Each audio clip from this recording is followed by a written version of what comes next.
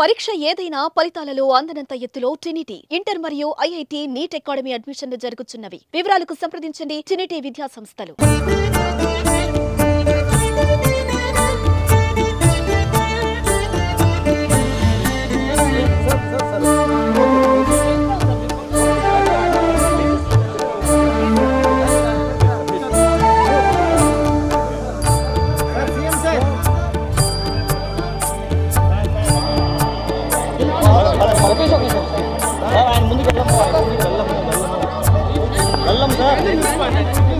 స్వామివారి భక్తులందరికీ శుభాకాంక్షలు. తెలంగాణ రాష్ట్ర ప్రభుత్వం ఏర్పడిన తర్వాత స్వామివారి దర్శనం చేసుకోవాలని ప్రయత్నం చేసిన ఎన్నికలు స్థానిక పరిపాలనలో కాస్త సమయం దొరకకపోవడం వల్ల ఈరోజు స్వామివారిని దర్శించుకున్నాం.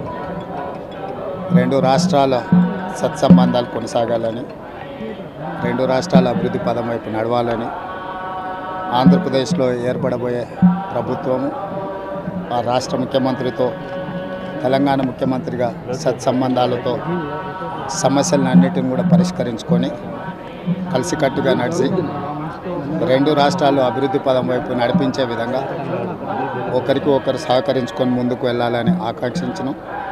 అదేవిధంగా తెలంగాణ రాష్ట్ర ప్రభుత్వం తరఫున కొండ మీద ఒక సత్రం నిర్మాణము, కళ్యాణ మండపం నిర్మించి తెలంగాణ నుంచి వచ్చే భక్తులకే కాకుండా దేశం నలుమూలల నుంచి స్వామివారిని సందర్శించుకునే భక్తులందరికీ కూడా సౌకర్యాలు కల్పించడంలో తెలంగాణ రాష్ట్ర ప్రభుత్వం కూడా భాగస్వామ్యం తీసుకోవాలనుకుంటుంది.